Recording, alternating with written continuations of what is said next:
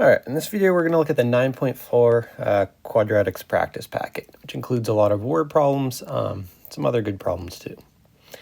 So first problem is about D-side and the pig. Pig currently weighs 200 pounds, and it is currently worth $1.40 per pound. So right now, easy enough to see that the pig is worth the value of the pig, let's call it value, equals the weight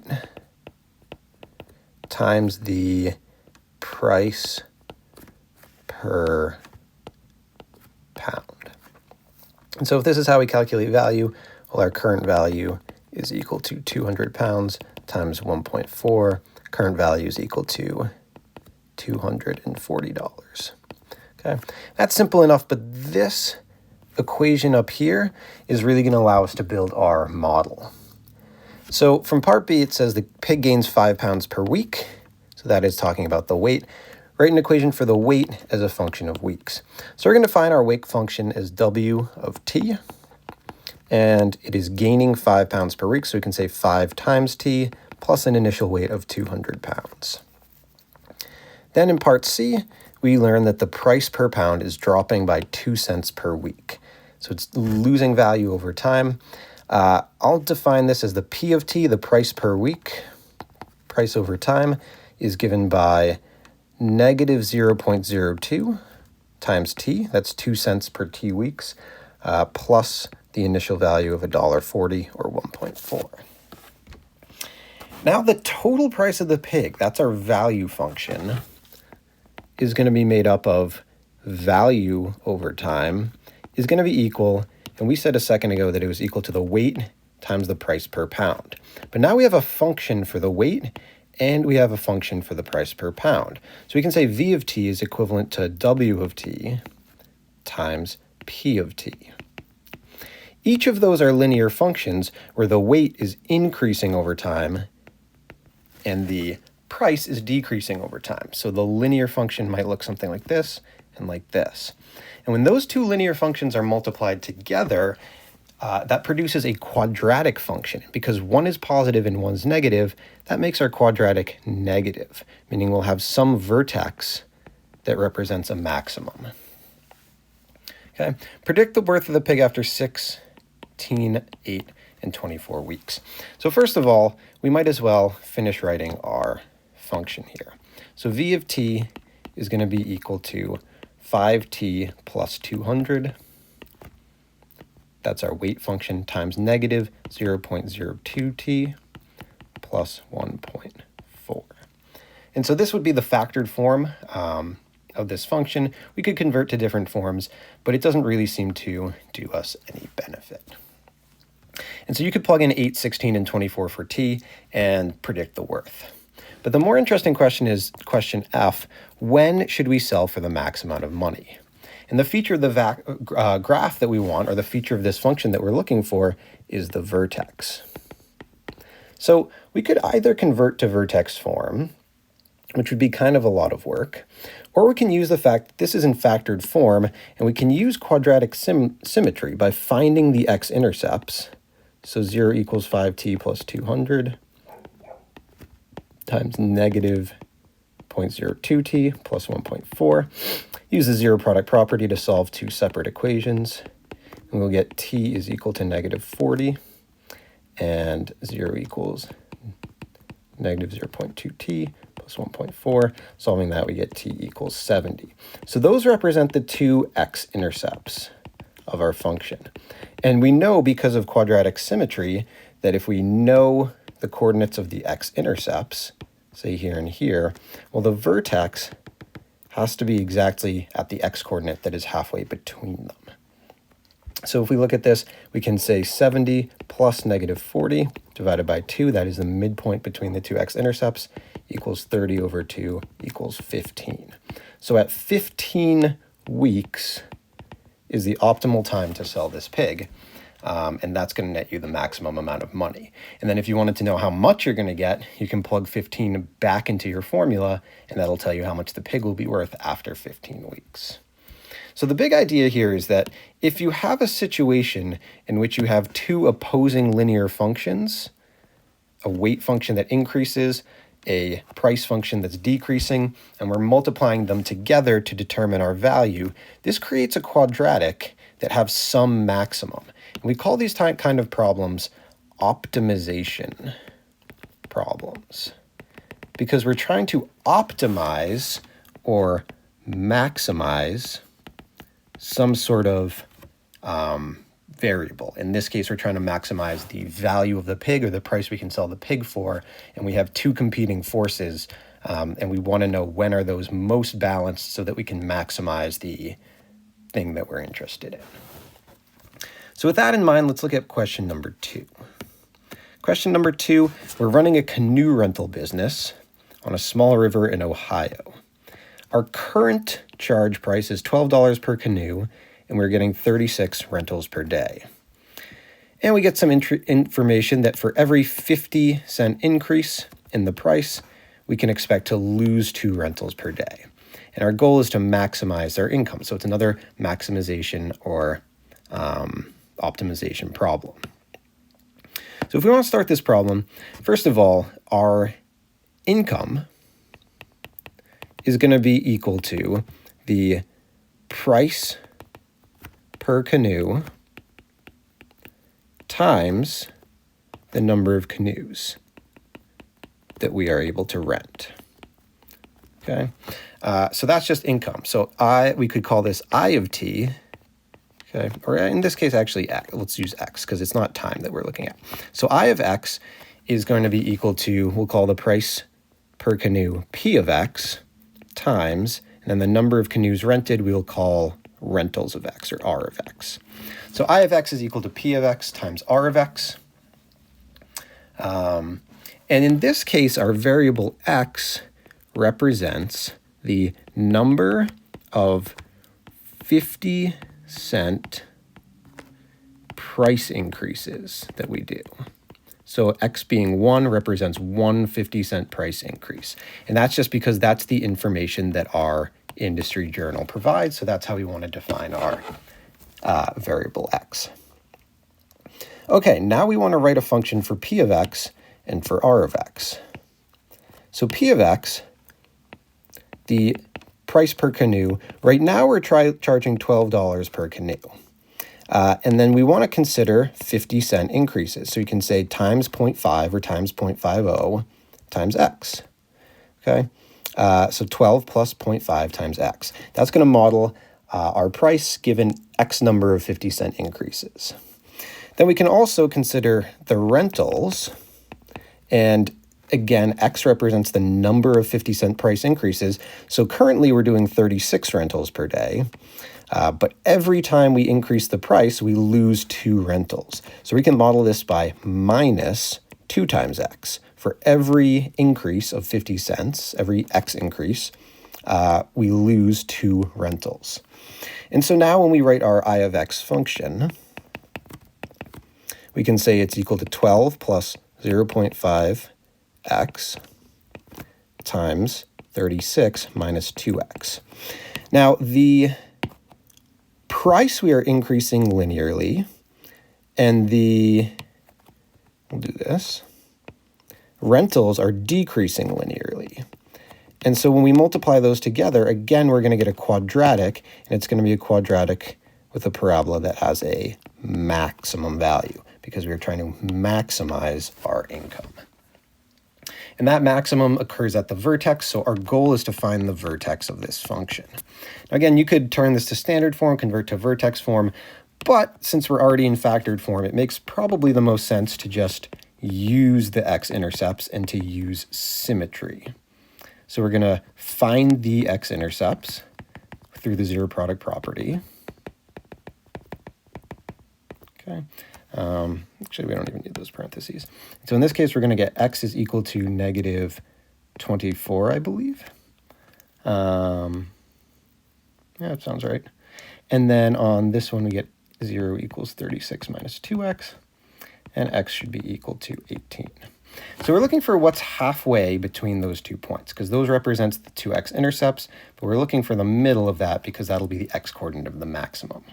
So we add them together and divide by 2 to find their middle. We get negative 6 over 2, or negative 3. So the answer is, what should you charge? And we get -3 is our solution for x. So we should have -3 50% price increases. What this actually means is that we need 3 50-cent price decreases. We need to decrease the price by 50 cents 3 times. That's what the -3 represents. So if we were currently charging $12, we need to subtract 3 times 0.50, -3 50-cent price increases. That is $12 minus $1.50, or our optimized price is $10.50. So interestingly, we get a -x, but that makes sense in the context of this problem because that just means we actually need to decrease our price. Moving on to problem number 3. So when a football is punted, it goes up into the air, reaches a maximum, and comes back down. Assume, therefore, that quadratic function is a reasonable model for this situation. Let t be the number of seconds that have elapsed since the ball is punted. Let d be the height of the ball. So quadratic tends to model projectiles, like throwing things in the air, pretty well because gravity accelerates based on a quadratic. And so we're going to get some information in question, or part 1. It says when the ball was kicked, it's 4 feet off the ground. 1 second later, it's 28 feet. 2 seconds after it's kicked, it's 20 feet above the ground. So if we want to visualize this, here's our axes. D was our height, and T was our time. And so it says when it's kicked, it's 4 feet above the ground. So our ball is starting right here at the coordinate 0, 4. 1 second later, so I'm going to put 1 second on the graph x-axis here, it's 28 feet up. So we have a coordinate 1, 28. And let's see, 2 seconds, it's 20 feet above the ground. So over here, I'm going to put the coordinate 2, 20. Okay. So this seems to imply that our vertex is somewhere to the left of the point 2, 20. And then we hit back and come down to the ground some point after that. The question is, when does the ball reach its maximum height, and how many feet in the air was it? So our maximum height is going to correspond to the vertex of this parabola. And we need to decide which form to use to set up our equation and figure out the model here. And what I notice is that vertex form would be nice, but we don't really have anything that's symmetrical. Probably pretty hard to find vertex form. The other thing that I notice is that we are given a very key feature of our graph to help us. We are given the y-intercept, 0, 4. And note that if our quadratic is in standard form, ax squared plus bx plus c, the y-intercept is just c. Because if we put in 0 for x, all that remains is the c. So c has to be 4. This is pretty nice because now we can say f of x equals ax squared plus bx plus 4. That leaves us with 2 variables that we need to solve for, a and b, but we also have 2 known coordinate points, x, y. So we can set up a system of equations and solve. So we can say 28 equals a times 1 squared plus 1x plus 4, substituting in 1 for x, plus b times 1, 1b. Plus 4, substituting in 1 for x, and then 28 for f of x or y.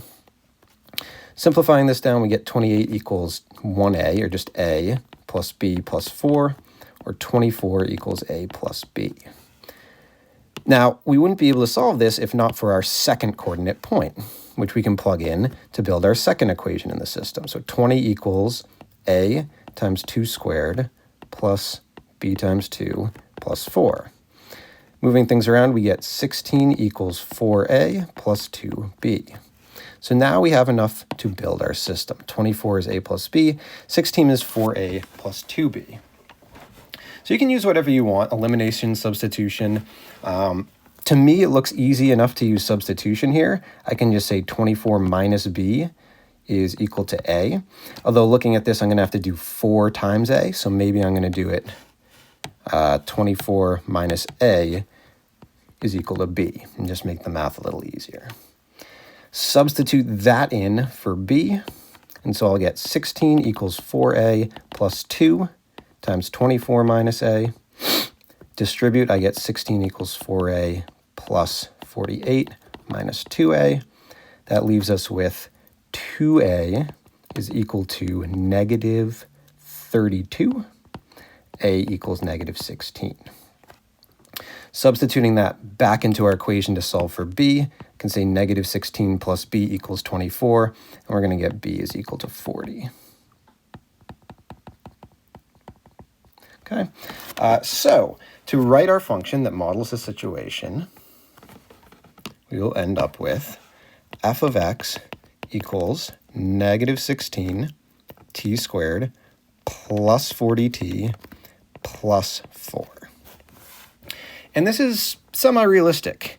Our units are in feet per second, and negative 16 is the acceleration due to gravity measured in feet, or at least the one we use in the equation. Okay, when does the ball reach its maximum height and how many feet in the air was it? So at this point, we're going to want our vertex. So to get our vertex, we're going to need to convert to vertex form by completing the square. So I'm going to say f of x equals, factor out our a term, negative 16 t squared. 40 divided by 16, or negative 16, gives us negative. They have a common factor of 8, so we could get negative 5 over 2t. Then we're going to need to add something to complete the square. We'll get plus 4. We're going to need to add something else as well. Or more specifically, subtract something to counteract the fact that we added something to complete the square. To complete the square, we want to take the b term, negative 5 over 2, cut it in half and square it. So we get 5 over 2, negative 5 over 2 squared. But what we have to recognize is that we're multiplying that by negative 16 and then adding it. So here I'm going to put negative 16 and then negative 5 over, I should have written 4. Negative 5 over 4 squared. Okay.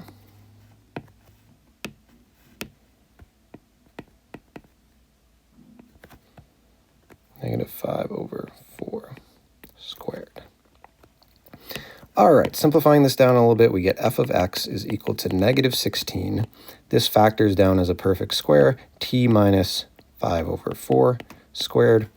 4, so in this part, we're going to end up with negative 5 over 4 squared is 25 over 16. Negative 16, or 16 and 16 is going to give us 1. So we're going to get plus 25, so plus 29. Okay. And I didn't show that algebra because I'm running out of space, but trust me, that's what this all ought to combine to if I'm doing my math right.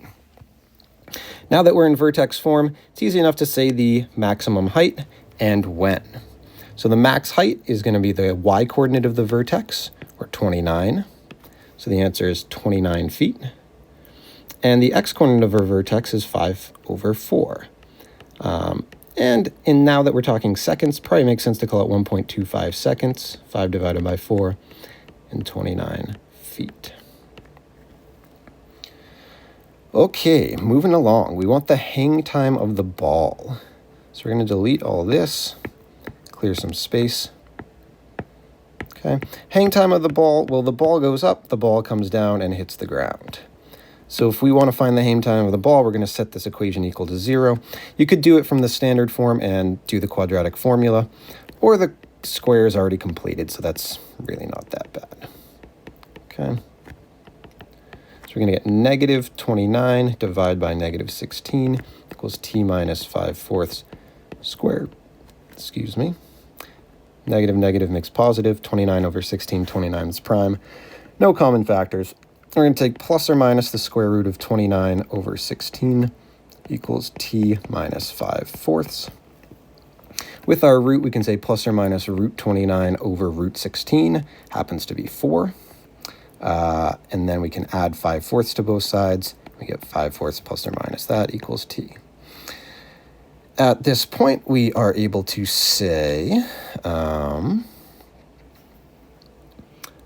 we can put it under common denominator, 5 plus square root 29 plus or minus square root 29 over 4 is t. And that's the t as in the t of our x-intercepts. Okay, so we have the 5 plus square root 29 over 4.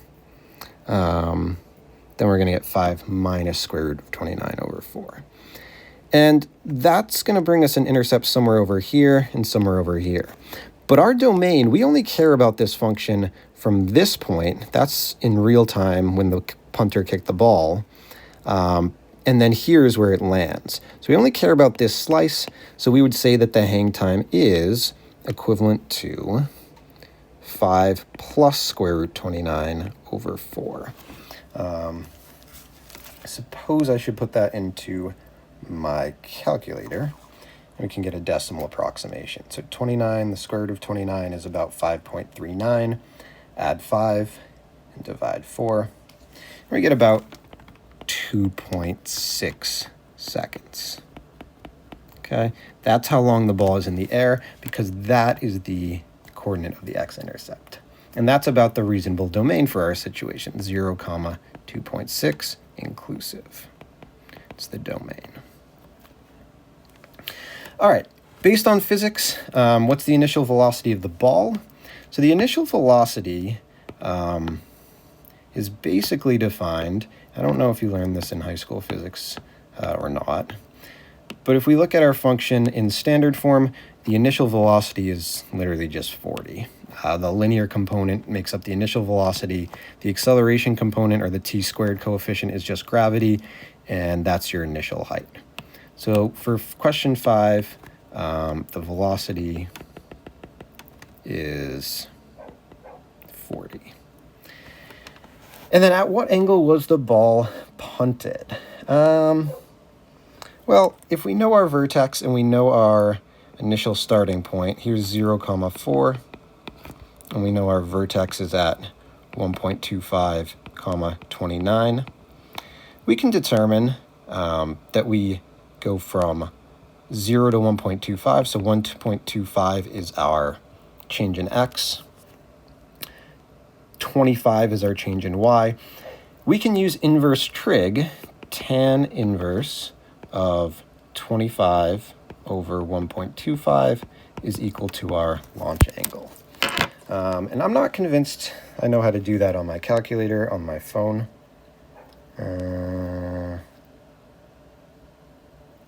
Yeah, so I'm going to leave that to you. But if you plug that in, you should be able to get your launch angle.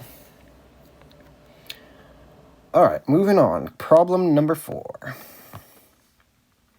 Okay, a backyard farmer wants to enclose a rectangular space for a garden within her fenced backyard. She has 80 feet of wire fencing to enclose 3 sides, and a section of the backyard fence as the 4th side.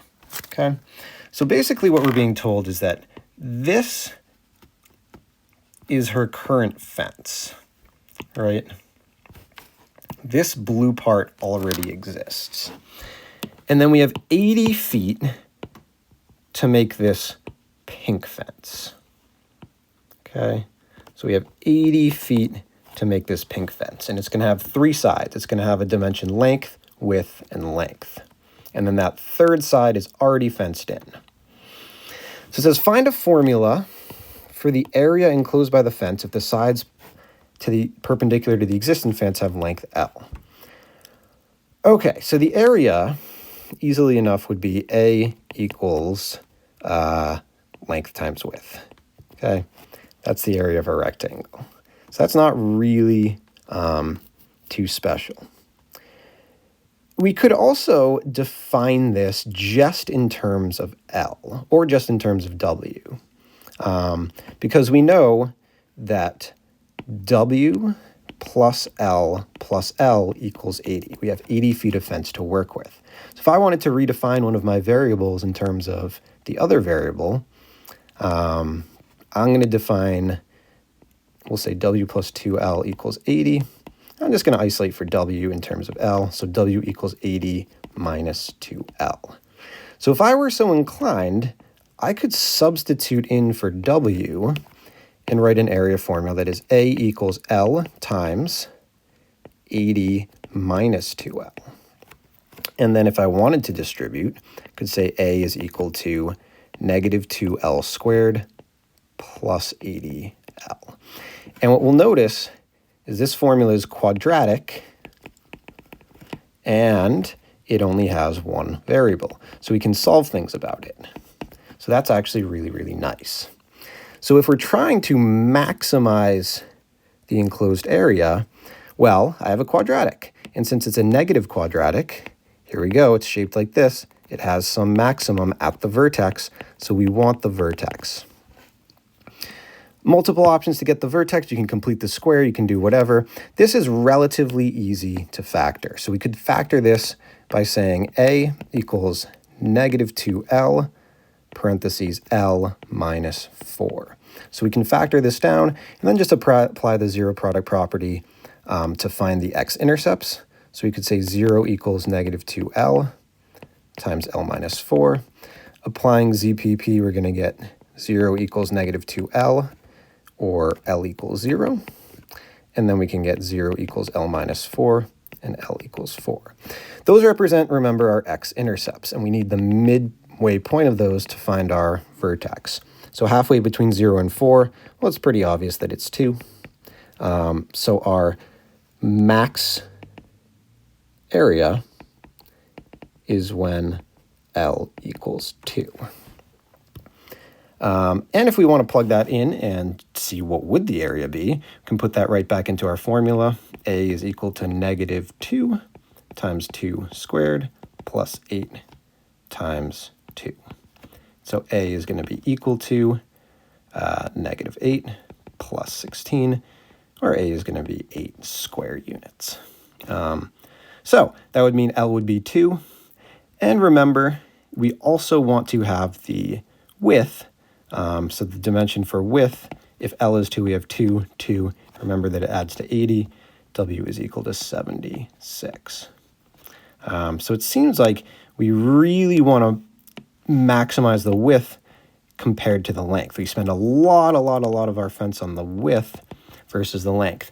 And initially that seems kind of weird to overcompensate on the width, but the whole reason that that makes sense if you think a little bit more is that we get all this free dimension here. So every time we spend on this width, we're saving fence that we don't have to spend on this part.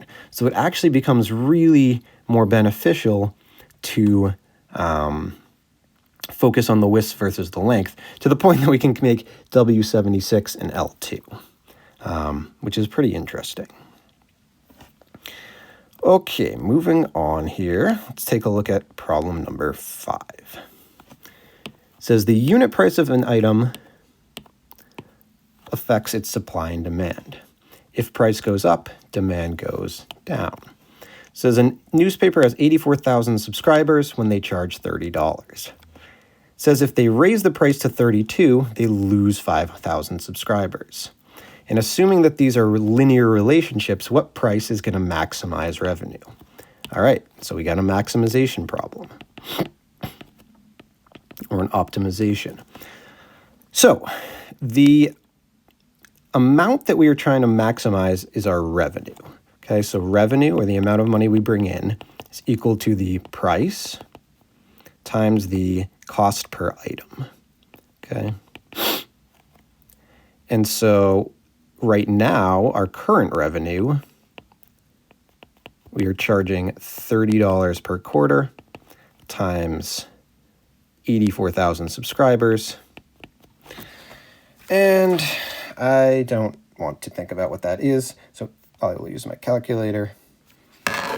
And supposedly, very supposedly, that means we are currently making $2,520,000. Little suspicious if you ask me, given that we are a local newspaper. It's hard to imagine we're actually making $2 million, but maybe. I don't know. Okay. Now we want to define this in terms of changes in price. So our market research tells us what a change of price by $2 is. So I'm going to say X equals $2 changes in price. That's honestly a little annoying to deal with. So I'm actually going to redefine X as being just $1 changes in price. Because since it's linear, I can scale. So every $1 change in price, and by $1 we're talking about $1 increase, instead of losing 5,000 subscribers, if this is linear, we lose 2,500 subs, compared to a $2 change where we lose 5,000 subs. Okay, so I'm going to define X in this way and not in this way because it's just easier to work with one. Now I can build my functions. So we said revenue, and we define X is equal to price times the cost. Now the price function, P of X, is equal to our current price, which is 30, plus however many $1 increases we do, so 1x. And then we can make our C of X function, number of subscribers, is 84,000 minus 2,500 subscribers for every X. And if you define this as X being every $2 increase, you might get a function that looks like P of X equals 30 plus 2X, and C of X equals 84,000 minus 2,500, or sorry, minus 5,000X. Honestly, that should be okay as well, but I just like to work with easier numbers, so I'm using my pink function here. All right, again, we're looking for the vertex. If we substitute these functions in for P of X and C of X, we are going to get R of X is equal to 30 plus 1x, or 30 plus x, times 84,000 minus 2,500x. So taking this function and looking for the vertex, I want to find the x-intercepts. So if I apply 0 equals 30 plus x, and the zero product property tells me 0 equals 84,000 minus 2,500x. If I do the algebra, I will get x equals negative 30. I will also get x equals, so I need to do 84,000 divided by 2,500. So that's 33.6. Okay, add those together to find their midpoint. 33.6 plus negative 30 all over 2 gives me 3.6 over 2 is equal to 1.8. So what should I do? I should do 1.8 increases of $1. Or I should increase the price by $1.80. Now, if you were had to have done this with $2 increases, you would find the answer to be the same thing. Or you would find 0.9 increases of $2, which again is still $1.80. So I'm going to stop the video here and resume the second half in a little bit.